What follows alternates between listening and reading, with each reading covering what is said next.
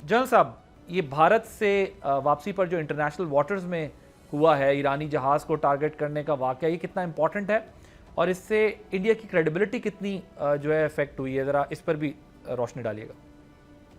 जी बहुत शुक्रिया जी। जहाँ तक क्रेडिबिलिटी का ताल्लुक है, आई थिंक सबसे बड़ा जो डैमेज हुआ है वो हुआ है ईरान और इंडिया के रिलेशनशिप को। ये जहाज़ जो है बहरी जंगी एक्सरसाइजेस के लिए गया हुआ था और इंडिया का मेहमान था, और इंडिया का मेहमान एक लिहाज से वापस आ रहा था, and it was not part of the war. अगर पार्ट ऑफ द वॉर की अगर आप बात करते हैं तो स्ट्रेट ऑफ हॉर्मज़ में अगर उन्होंने कोई जहाज़ खड़े किए हुए हैं या अपने पानियों में खड़े किए हुए हैं, और वो जहाज़ हैं जो शायद पार्ट ऑफ द वॉर हैं या वॉर फील्ड में, बैटल फील्ड में, तो इस जहाज़ को खामोशी से निशाना बना लेना एक बहुत ही मेरा ख्याल है अनएथिकल सा एक्ट मुझे लगता है एज अ मिलिट्री पर्सन, कि एक जहाज़ जो वैसे एक्सरसाइज से वापस आ रहा है आप उसको टारगेट कर दें खामोशी के साथ, क्योंकि आपकी आबदोज़ें वहाँ पे मौजूद हैं।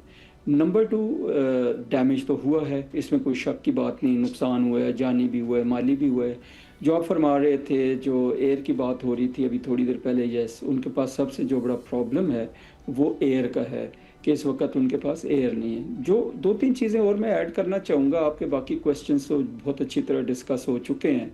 फ्यूचर जो है, पहली बात हुई अभी तक कन्फ्यूजन में है, कोई 100% प्रिडिक्शन जो है और क्लोज टू इवन 50% प्रिडिक्शन भी अभी मुश्किल है। बट मैं जो देखता हूँ वॉर में हाइप आएगी, ईरान रेजिलियंस शो करेगा और अमेरिका और इसराइल मज़ीद टारगेटिंग करेंगे, और सबसे ज़्यादा खुशी इसमें इसराइल को होगी, जो अकॉर्डिंग टू जो नेतन्याहू स्टेटमेंट कह रहे थे, मेरे 40 साल पुराना ख्वाब था कि अमेरिका और हम मिलके ईरान पे हमला करें, और इस खित्ते में कोई भी चैलेंजर नहीं था इसराइल का सिवाय ईरान के। नंबर वन ये हो गया जी। नंबर टू ये हो गया कि वो डिस्ट्रक्शन जो है उसको जितना भी हो सकता है बढ़ाएंगे। तीसरी बात ये है कि ये जो कन्फ्यूजन है इसके बारे में टकर कार्लसन जो है उन्होंने एक वीडियो जो है अपलोड की, जो है पुरानी, एक रैबी जो है वो इजरायली कह रहा है जी कि मिसाइल अगर हमारे ऊपर आ रहे हैं तो एक मिसाइल आप खुद अलकुद्स पे मार दें, पुराना वो है अलकुद्स शरीफ मस्जिद है, उस पे मार दें और फिर ये आपस में लड़ना शुरू हो जाएंगे। मतलब उनका ये कहने का था कि ये जो भी करना है आपने, अगर आप इस वक्त भी जो हो रहा है, जैसे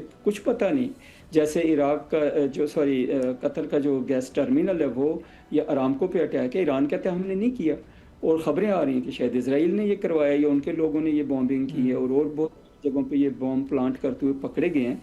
तो इस कन्फ्यूजन में ये काम भी हो रहा है कि ईरान हमला कर रहा है या नहीं कर रहा, कोई और करके वो ईरान के खाते में डाल रहा है। तो ये जो सारी कन्फ्यूजन है, ये सारा जो केओस है, उसका सबसे बड़ा फ़ायदा इसराइल को है, फिर अमेरिका को है, फिर टेररिस्ट ऑर्गेनाइजेशंस को है जो वहाँ पे ऑपरेट कर रही हैं, और उन कंट्रीज़ को है कि जो यहाँ पे ख़ित्ते में इसराइल का तसल्लुत चाहती हैं, और वो अमेरिका है। अमेरिका चाहता है कि इसराइल जो है अनकंटेस्टेड पावर बन जाए मिडिल ईस्ट की। और last but not the least, जैसे मैंने पहले अर्ज़ की थी, सबसे ज़्यादा बेनिफिट इस वक्त जो हो रहा है वो मिलिट्री इंडस्ट्रियल कॉम्प्लेक्स को हो रहा है। फ़ारूक साहब सही कह, कि अप स्केल आप एक प्रोडक्शन को कर सकते हैं, बट ये नहीं होता कि आज आप फैसला करें तो कल 2 जहाज़ और बना लेंगे।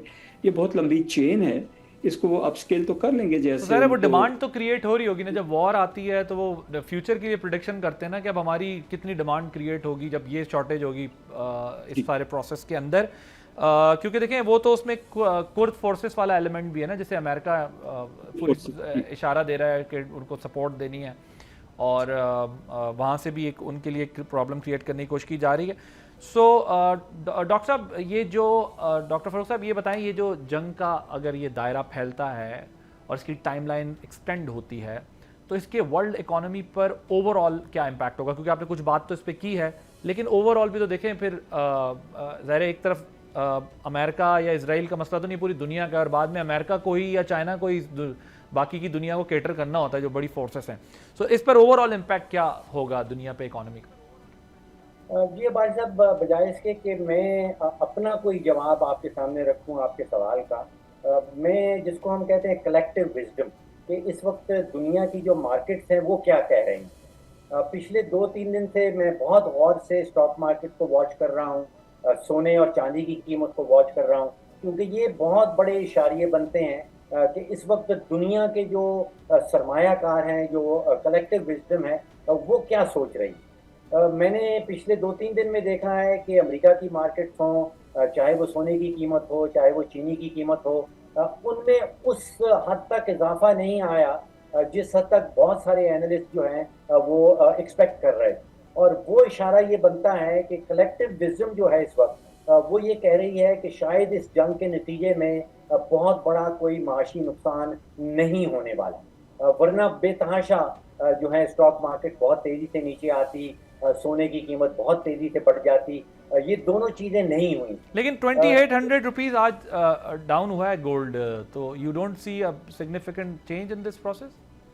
دیکھیے, اگر آپ کہہ رہے ہیں کہ سونا نیچے گیا ہے تو اس کا مطلب یہ ہے کہ سونا ہولڈ کرنے والی مارکیٹ جو ہے وہ یہ کہہ رہی ہے کہ اس کو اتنا خطرہ نظر نہیں آ رہا, کیونکہ سونے کی قیمت بڑھتی ہے جب انسرٹنٹی بڑھتی ہے, جب جنگ جو ہے وہ تول پکڑتی ہے یا زور پکڑتی ہے. اچھا, ایک چیز میں اور بھائی صاحب آپ کے سامنے رکھنا چاہتا ہوں. آپ نے ایک سے زیادہ بار کہا کہ ایران کے اندر اس وقت لگتا یہ ہے کہ جو فیصلہ سازی ہے وہ ڈی سینٹرلائز ہو چکی ہے. یہ درست ہے, لیکن اس کا نتیجہ مجھے لگ رہا ہے کہ کچھ نتائج ایسے نکل رہے ہیں جو شاید ایران کے ریاستی مفاد میں نہیں. دیکھیے, قطر کے اوپر حملہ کیا گیا.